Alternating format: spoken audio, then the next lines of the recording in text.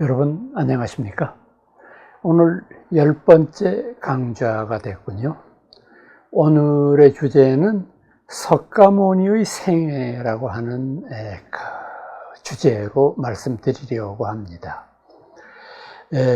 우선 이 석가모니 부처님이라고 하는 분이 과연 어떤 삶을 사셨을까 하는 점에 대해서 아직까지 많은 부분들이 제대로 알려지지 않은 부분들이 많은데, 우선은 이분의 탄생 연대가 조금 설이 세 가지 정도로 압축이 되어 있습니다. 그러니까 기원전 6세기 중엽이다, 기원전 5세기 중엽이다, 또 기원전 5세기 말엽이다. 이렇게 해서 대략 이제 근거하는 데가 다 따로 있고, 한 세 가지 정도의 학설이 있어서 어떤 것이 정확하게 맞는지는 저희들이 잘 모르겠고, 이 세 가지 설이 공통된 것은 뭐냐 하면은 80년 저희 곁에 계셨다고 하는 것은 동일합니다. 아마 이제 기원전 2500여 년 전의 인물이었기 때문에 우리가 그걸 흔히 역사 이전의 시대라고 말하기 때문에 사실은 그 시대에 있었던 어떤 기록들을 정확하게 역사 이후처럼 분석하고 분류하기가 쉽지는 않겠죠. 그래서 대략 저는 이 어른이 기원전 6세기 중엽에 태어나신 걸로 보고 있습니다. 이분은 인도의 중북부였던 카필라바스투라고 하는 나라의 출신입니다. 카필라바스투라고 하는 나라는 이제 줄여서 그냥 카필라 이렇게 이야기를 합니다만은, 당시의 인도에 있었던 여러 도시국가들, 또 이제 서서히 전제 왕권을 갖춰가는 이런 시대였는데, 기원전 7세기, 6세기 이 무렵이 그 당시에 다른 여러 인도 제국과 비해 봤을 때는 상당히 강력하지 않은, 이를테면은 약소국에 속하는 나라였습니다. 그러니까 그 당시에 가장 강력한 나라는 남부 인도에 있었던 마가다 같은 나라가 있었고, 중북부에 있었던 코살라 같은 나라도 굉장히 강성했었습니다. 현재까지의 연구 결과로 따지면은 제가 지금 말씀드린 부처님 당시에 강성한 국가들은 인구가 2천만에서 3천만 정도 상회할 정도의 그런 규모였는데 반해서 카필라바스투의 국민은 전체 다 합해서 100만 남짓이었던 거로 저희들이 추정을 하고 있습니다. 그러니까 이 카필라라고 하는 나라는 이를테면 마가다와 코살라의 가운데에서 교묘한 외교 관계를 통해서 독립은 유지하되 이 줄타기를 해서 나라가 망하지 않은 이런 아주 위태위태한 그런 상황이었다고 볼 수 있겠죠. 석가모니 부처님은 이 카필라의 임금님의 아들로 태어나셨습니다. 그 임금님의 이름은 슈토다나였고, 왕비, 어머니의 이름은 마하마야였습니다. 그 두 분 사이에서 태어난 왕자님이 바로 석가모니 부처님인데, 우리가 흔히 이제 석가모니 이렇게 얘기를 했을 때는요, 석가라고 하는 것이 대체적으로는 우리가 사캬무니 이 말을 음나는 대로 옮겨 쓴 것이라고 볼 수 있습니다. 여기에서 사캬라고 하는 것은 종족의 이름이고요.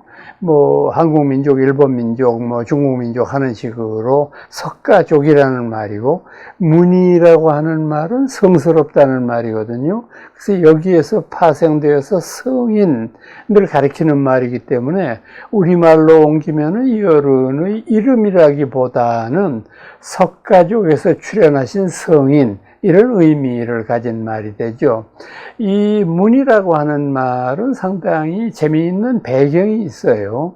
제가 지금 성인이라고 말씀을 드렸는데 이 성인이라는 말 속에 감추어진 또 다른 의미는 뭐냐 하면 침묵한다라는 의미가 있어요.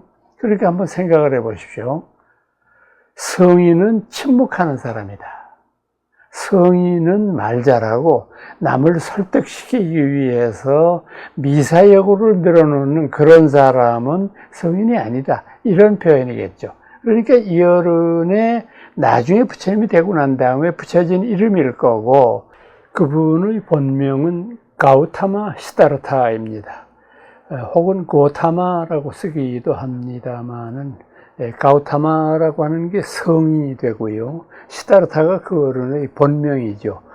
이제 가우타마라고 하는 성씨도 저희들이 해석이 가능합니다. 가우라는 게 카우의 원어거든요.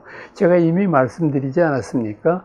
인도어가 고대 영어, 지금 우리가 쓰고 있는 영어의 어원이라고. 그러니까 영어로 카우라고 하는 거를 인도말로는 가우라고 얘기했고, 타마라는 거는 최상급 형용사입니다.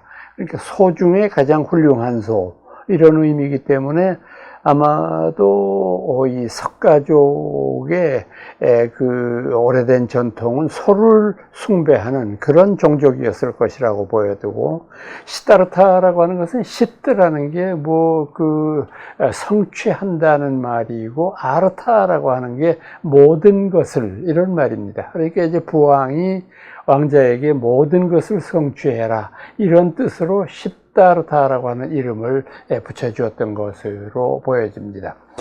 이분은 이제 그 당시의 일반적인 습관에 따라서 어머니인 마야 왕비께서 친정으로 가서 출산을 하시려고 이렇게 이제 친정을 향해서 가시던 도중에 룸비니 꽃동산에 이르렀을 때 배란간 산기를 느끼시고, 그래서 황망하게 주변에 있는 시종들이 휘장을 치고 이 마하마야 왕비께서 오른손으로 무수 나무가지를 잡으시는 순간에 바로 옆구리로 옥동자를 분만하셨다라고 기록이 되어 있습니다. 그러니까 이 룸비니에서 이어른이 태어나신 것은 분명한 사실이고, 또 이 룸비니에서 태어나신 것을 제가 조금 전에 말씀드린 대로 흔히 우리가 우협탄생설 이렇게 얘기하거든요. 오른쪽 옆구리에서 태어나셨다. 사실 이런 부분도 저희들이 그냥 상식적으로는 납득하기가 어려운 그런 주장인데, 심지어는 제가 그 학교에서 이 우협탄생설 같은 거를 강의했을 때 학생들은 매우 미심쩍어하다가 용감한 어떤 학생은 저한테 질문을 해요. 그러면은 2500년 전에 인도 사람들이 이미 제왕절개하는 기술이 있었단 말이군요. 이렇게 이제 비꼬는 경우도 봤는데, 그런 식으로 우리가 이 기록들을 전부 무시할 것이 아니라 그 기록이 담고 있는 의미를 생각해 보면 아주 선명해집니다. 인도 사회는 캐스트가 존재한다고 말씀드리지 않았어요? 그래서 고대의 아리안들은 캐스트를 정당화시키기 위해서 어머니가 아이를 분만할 때 아예 아이가 태어나는 부위가 다르다고 믿었어요. 즉 브라흐마는 어머니의 머리에서부터 태어나고, 크샤트리아는 어머니의 옆구리에서부터 나오고, 바이슈아는 어머니의 무릎팍에서 나오고, 수드라는 어머니의 발에서부터 나온다. 그렇게 인간이 아무리 평등하다고 하더라도 머리에서 나온 인간하고 발에서 나온 인간이 똑같을 수 있겠냐, 이런 논리를 가지고 있는 거죠. 이분이 오른쪽 옆구리에서 태어났다고 하는 사실은 제왕절개를 했다는 뜻이 아니라 이분의 출신이 크샤트리아 출신이었다는 말이잖아요. 임금의 아들이니까. 그걸 이렇게 좀 더 아름다운 표현으로 한 것에 불과한 것이죠.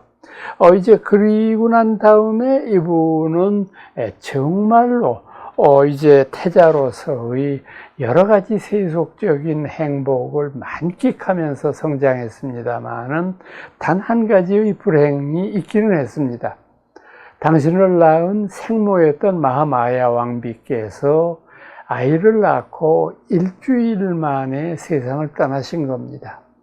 옛날이고 또 그 고대에서 과학 문명이 발달하기 이전이니까 산후조리가 좀 좋지 않으셨던 것 같기도 하고, 그래서 이제 이어른이 돌아가시니까 왕실에서는 단 하루도 이제 그 아이의 시다르타 태자의 어머니가 없어서는 안 되니까 곧 서둘러서 새로운 왕비를 맞이했는데, 그 왕비는 시다르타 태자와 전혀 관련이 없는 분이 아니라 친척입니다. 즉 마하마야 왕비의 바로 밑에 여동생이었던 마하프라좌파티라고 하는 여인이 그 왕비의 자리를 계승했던 거죠. 이것도 이제 아열대성 기후를 가지고 있는 나라들에서는 아주 일상적이죠. 그러니까 이제 아내가 먼저 세상 떠나고 난 다음에는 그 자매 중에 어느 분이 아내의 자리를 계승하는 아주 자연스러운 그런 계승 방법이었습니다. 이 마하프라좌파티에 의해서 시다르타 태자가 양육이 되었기 때문에 생모는 마하마야 왕비였지만은 아무래도 시다르타 태자 입장으로 보면은 친이모였던 마하프라좌파티를 훨씬 더 살갑게 생각할 수밖에는 없는 그런 관계였을 겁니다. 그래서 이제 이 아이는 성장하면서부터 제왕이 되기 위한 여러 가지의 공부를 합니다.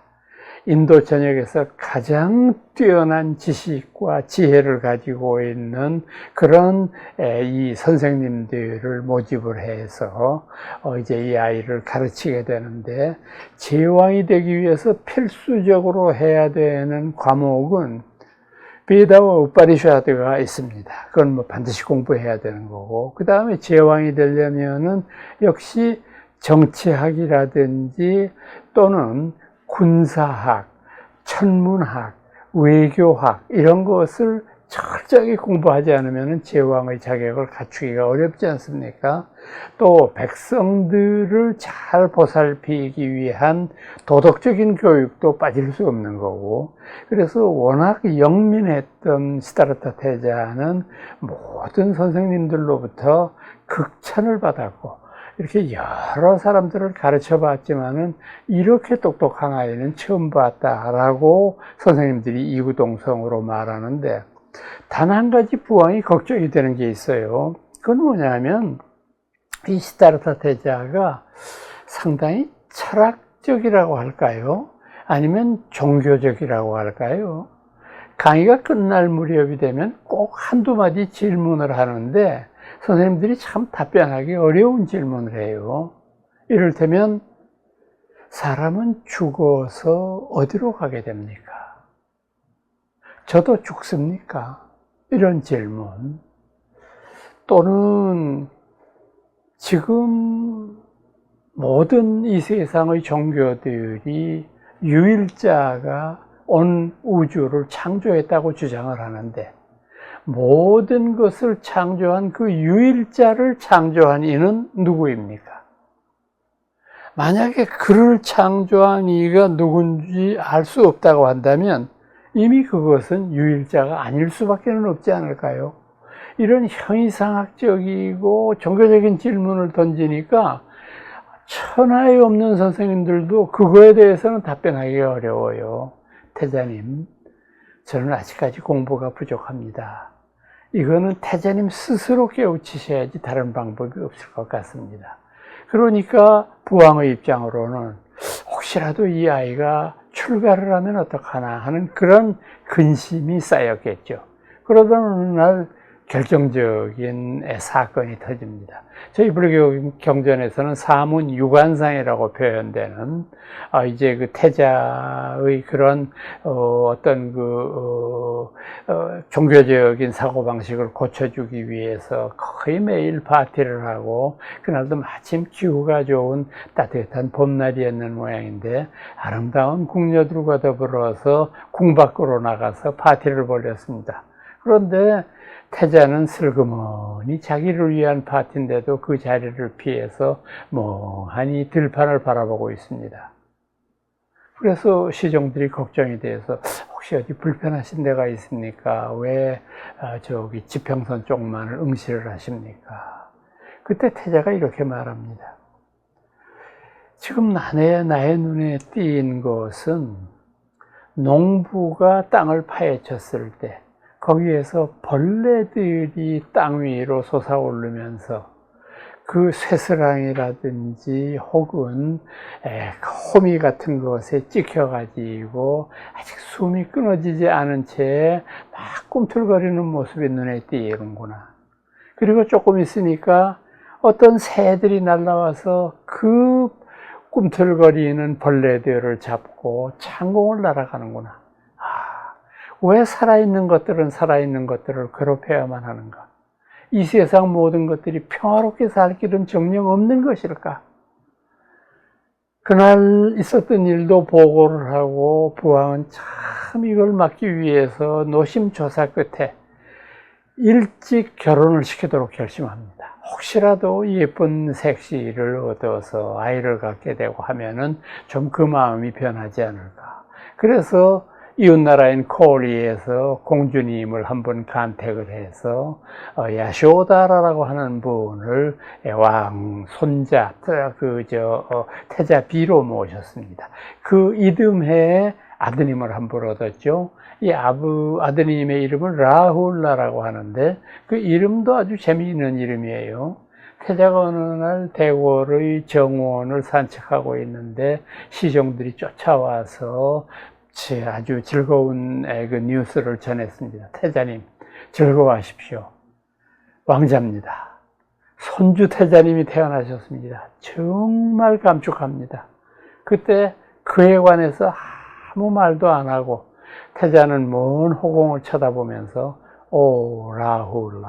라훌라라고 하는 말은 장애라고 하는 말이에요. 장애물이라는 말이에요. 자기가 낳은 아들을 이제 부를 때 장애물이로구나 이렇게 불렀으니까 참 그것도 재미있는 표현 가운데 하나입니다. 그러나 일찍부터 출가를 머릿속에 두었던 태자는 손주 태자를 얻음으로 말미암아 더욱더 이 출가의 결심을 굳히게 됩니다.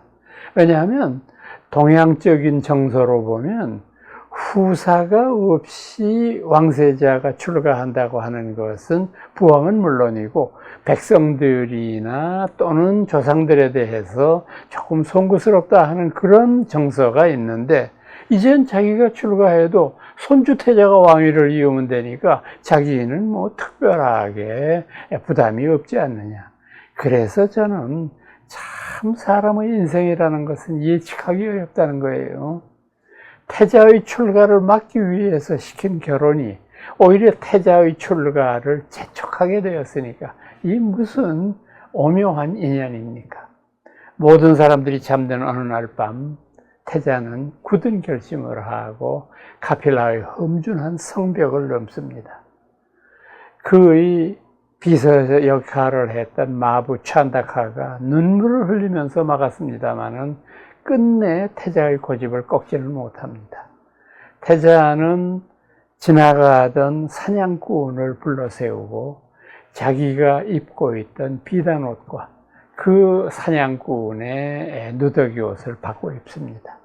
그리고 스스로 사냥꾼의 칼을 빌려서 수염과 머리의 털을 깎아버리고 정말 이제 아무것도 아닌 출가 수행자가 되었습니다. 그리고 히말라야로 그 덧없는 발길을 옮기게 됩니다. 그때 태자의 나이는 29살이었습니다. 그때부터 만 6년 동안 그분은 히말라야에서 모진 고행을 했습니다. 그분의 고행은 지금 생각해 보면 거의 대부분이 요가의 수행이었을 것으로 생각을 합니다. 요가라는 수행 방법은 고대 인도에 있어서 아직까지도 마찬가지입니다만 가장 보편적인 수행의 방식이거든요. 그래서 이 요가는 주로 고행을 위주로 삼는데, 고행 중에서도 제일 힘든 고행이 뭐냐면 단식입니다. 부처님의 말씀 중에 보면 그런 인상적인 말씀이 있어요. 내가 시다르타 태자 시절에 고행을 했을 때 나는 새도 배부르지 않을 만큼 먹고 수행하였도다. 새가 배부르지 않을 만큼이라는 말이 뭘까요? 하루 종일 곡식 나달을 서너 알 먹으면서 버텼다고 하는 뜻이 되는 거 아니에요? 그래서 드디어는 죽음에 이릅니다. 먹지를 못하니까 사람이 살 수가 없잖아요. 이걸 이제 시다르타 태자의 고행상이라고 해서 지금도 아주 실물적인 모습으로 보존이 되어 있는데, 이 고행상이 어디 있느냐 하면은 파키스탄의 라호르라고 하는 도시가 있는데, 그 라호르라고 하는 도시의 국립박물관에 모셔져 있습니다. 사람 실물 크기로 만들어져 있는데 정말 걸작입니다. 제가 거의 매년 이 라호르를 방문해서 오로지 목표는 고행상을 친견하기 위해서였습니다. 그래서 가서는 그 부근에서 열심히 고행상을 보면서 정말 느껴지는 바가 많아요. 여러분들도 사진에서 보셨겠습니다만 눈이 푹 파여서 해골처럼 안으로 들어가서 광대뼈가 튀어나오고, 좌선의 자세를 취하고 계신데 이 양팔의 큰 혈관에서부터 작은 모세관 혈관까지 다 드러납니다. 갈비뼈가 앙상하게 드러나 있습니다. 정말 이것이 진실한 석가의 수행의 모습이구나 라고 하는 걸 우리가 느낄 수 있는 수작 중의 수작입니다. 그런데 요즘에는 좀 그 파키스탄 정세가 불안하고 또 이 일대가 탈레반 무리들이 활약을 하고 하는 데이기 때문에 요즘에는 여러분들이 가시면 안 됩니다. 파키스탄 일대로는, 아프간이나 파키스탄 때는 좀 여행하기가 불편하지만 조금 풀리게 되면은 여러분들 꼭 한번 여기를 참배해 보시기를 권합니다. 그래도 깨침은 얻어지지 않고 시다르타 태자는 조바심이 나면서 조금 마음속으로 변화하는 의식을 느끼게 됩니다. 내가 열심히 고행을 하고 열심히 수행을 하다가 죽었다. 그럼 이게 도대체 무슨 의미가 있느냐? 내가 임금의 자리를 박차고 출가했을 때에는 나에게 두 가지 뚜렷한 목표가 있었다. 첫째는 이 세상에 존재하는 모든 생명들이 어떻게 하면 평화롭게 공존하느냐 하는 방법을 난 이해하고 싶었다. 두 번째는 내 나고 죽음의 비밀을 캐내야 되겠다고 생각했다. 그런데 이 둘 다를 해결하지 못한 채 그냥 죽어버리면 이게 무슨 의미가 있단 말인가. 그래서 수행의 방법을 바꾸기로 했습니다. 이것도 굉장히 중요한 결단이거든요. 저는 이것을 이어른의 코페르니커스적 전환이라고 생각합니다. 제가 뭐나 열심히 수행하다가 이걸 다른 방법으로 바꾼다는 것도 굉장히 어려운 결단이기 때문입니다. 그래서 이분은 보드가야라고 하는 데로 발길을 옮기셔서 그곳에 니련자나라고 하는 강물로 가서 매일 온몸을 씻으시고 그 강둑에서 명상에 빠지기도 하고 사람들 사는 모습을 지켜보기도 하고, 거기에서 아주 젊은 성자가 나타나셨다 하는 소문이 마을에 다 퍼지니까 그 마을에 살고 있던 아주 어린 소녀 수자타가 매일 아침 저녁으로 우유죽의 공양을 에사가모니 부처님한테 바쳤습니다. 그렇게 해서 아까 말씀드렸던 그 쇠약해진 몸을 조금씩은 회복해 가다가 드디어 이분은 보리수나무 아래로 장소를 옮기시고 그곳에서 풀방석을 깔고 앉으십니다. 나는 이곳에서 위대한 깨달음을 얻기 이전까지는 다시는 일어나지 않으리라. 그렇게 굳은 결심을 하고 앉으셨습니다. 그렇게 앉으신 지 꼭 일주일 되던 날 새벽입니다. 먼 동이 틀 무렵 위대한 깨달음이 그분의 뇌리를 스쳤습니다. 무엇이 우리들의 삶을 고통으로 이끄는가? 어떻게 하면 이 고통은 극복될 수 있을까? 삶과 죽음의 저편에는 뭐가 있는 것인가? 우리는 죽은 이후에 가는 세계를 따로 상상할 수 있을 것인가, 없을 것인가? 왜 생명들은 이렇게 다투고 서로를 죽여야 되는가? 이것들을 막는 방법은 어떤 것인가? 이 모든 것이 선명하게 이분의 뇌리를 스칩니다. 자신도 모르게 보리수를 박차고 일어납니다. 그 당시의 광경을 불경은 아름답게 묘사를 합니다. 천지가 진동을 하면서 하늘에서 아름다운 꽃이 뿌립니다. 인류 역사상 최초로 가장 위대한 깨달음을 얻은 대선각자 부처님이 탄생하신 것입니다. 이로부터 4주 동안을 더 보리수 밑에 여러분 앉아 계셨습니다. 이 기간은 주로 저희들이 어떻게 생각하느냐 하면 당신의 깨달음을 다른 이들에게 말할 것인가 말 것인가라고 하는 내적인 갈등이 있었을 거예요. 왜? 당신이 깨달은 것은 지금 세속 사람들이 살아가는 방법과는 너무도 동떨어진 것이니까 이 가르침을 펴다가 아무도 따르지 않을 수도 있지 않겠는가라고 하는 우려도 있었을 거예요. 그런데도 불구하고 여러는 당신의 그와 같은 의구심을 떨치고 모든 사람들을 위해서 불법을 선언하기로 결심합니다. 그분은 이렇게 말씀하셨죠. 열애는 세상이 어두워질 때 그 어둠을 밝히는 북을 치리라. 이렇게 해서 그분은 보드가야에서부터 바라나시라고 하는 데로 걸음을 옮기셨습니다. 왜 이분이 바라나시를 최초의 설법 장소로 선택을 했을까? 이것은 초전법륜이라고 하는 유명한 어떤 그 장소이기도 하지만은 당시 인도의 관습은 히말라야에서 공부하던 모든 종교 성인들은 이곳에 내려와서 당신의 가르침을 처음 시험대에 올립니다. 그러니까 당신이 깨우친 것들을 여러 사람한테 설파해서 많은 사람들을 설득할 수 있으면 하나의 새로운 종교가 태어날 수 있지만은 만약에 외면을 받게 되면 아무리 당신의 가르침이 지고하다고 할지라도 의미 없는 일이니까요. 그래서 당시에는 이 바라나시의 외곽에 있는 사르나스, 우리 한글로는 녹야원이라고 부르는 데죠. 사슴들의 동산이라고 하는 데로 옮겨서 그곳에서 참 많은 사람들이 모여있는 가운데 언젠가 히말라야에서 당신과 함께 수행한 적이 있었던 5명의 비구를 먼발치에서 봤습니다. 이 5명의 비구는 그때까지 시다르타 태자에 대해서 감정이 좋지 않았습니다. 같이 수행하다가 이분이 나 수행 방법을 바꾸려한다 했을 때 배신자라고 생각했겠죠. 참 시다르타는 훌륭한 수행자였는데 그까지 그 죽는 게 무서워가지고 태도를 바꾸니 참 믿을 수 없는 사람이다. 그래서 저기 시다르타가 온다. 그래도 우리 아는 척하지 말자, 저 배신자에게. 이렇게 5명이 지나가면서 시다르타 태자를 의식적으로 모른 척 했는데 가까이 다가서자마자 누가 먼저라고 할 것도 없이 시다르타 태자 앞에 무릎을 꿇고 합장한 채 공손하게 삼배를 올리게 됩니다.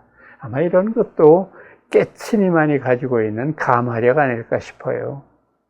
시다르타 태자는 이 5 비구를 위해서 당신의 깨달음의 내용을 설법합니다. 나중에 찾아 설명드리겠습니다만 아마 그것은 사제팔정도와 연기에 대한 법문이었을 것으로 생각을 합니다.